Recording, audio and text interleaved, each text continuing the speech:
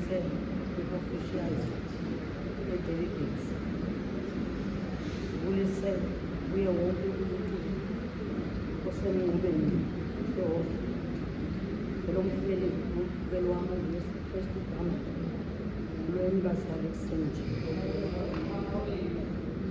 Mama President ne-ofisi yakho ngilele elithuba loba uthi xa ukhangela ujonga isekethe zonke sesithili saseKapa, wayibona umzi ose-106. Kaloku uThixo xa ethetha umzi omi phezu kwentaba unawufihlakala, wawubona umthombo umzi wase-106. Wawuqala ngam ndiqala ukuza kwi-convention yomama ndisithi olweni bazali. Phantsi kwamazwi akwincwadi kabaSifilipi athi ekubeni ndikholose ngayo le nto yokuba lowo wawuqalayo ngaphakathi kwelo msebenzi olungileyo wofeza ide ibe lomnye Yesu Kristu. Apha mama sebechazile oomama abasuka apha. Mama umongamelikazi uye waprepare iveji nayo yonke into, athi oomama balandelayo bapheke, waphaka umama ubesuka endlala. Kwathiwa mna mandihlambe izitya wofaka ekhabhathini ngoba i-breakfast yes. Zawuhlamba izitya ke mama President, andizuba mde kwesi sahluko sesithandathu. Izinto nje endiziphawuleyo zinto ezintathu endibaweluba masincokole ngazo. Andizoshumayela, mam noBhayibhile uyancokola akashumayeli ngoba kangoye umshumayeli. Koko ndizothi masibonisane izindlezane phantsi kwala mazwi. Kwesi sahluko zintathu into endiziphawuleyo, eyokuqala umpostile athetha ngayo apha ukukholosa. Athi uDavide incwadi yeMprizi chapter 57 xa esixelela ngokukholosa, athi uYehova uyabalondoloza abakholosa ngaye. Athi uverse 5, yekele kuYehova yonke indlela yakho ukholose ngaye ngokwenzeka. Phantsi kwamazwi athi lowo wawuqalayo umsebenzi olungileyo wofeza endlela yokholo lwethu, kuyanyanzeleka okokubana somelele sikholose ngoYehova ngoba akho nani into emnqabelayo uThixo. Indawo yesibini eqapheleyo apha kule vesi yindawo ethi lowo wawuqalayo umsebenzi olungileyo.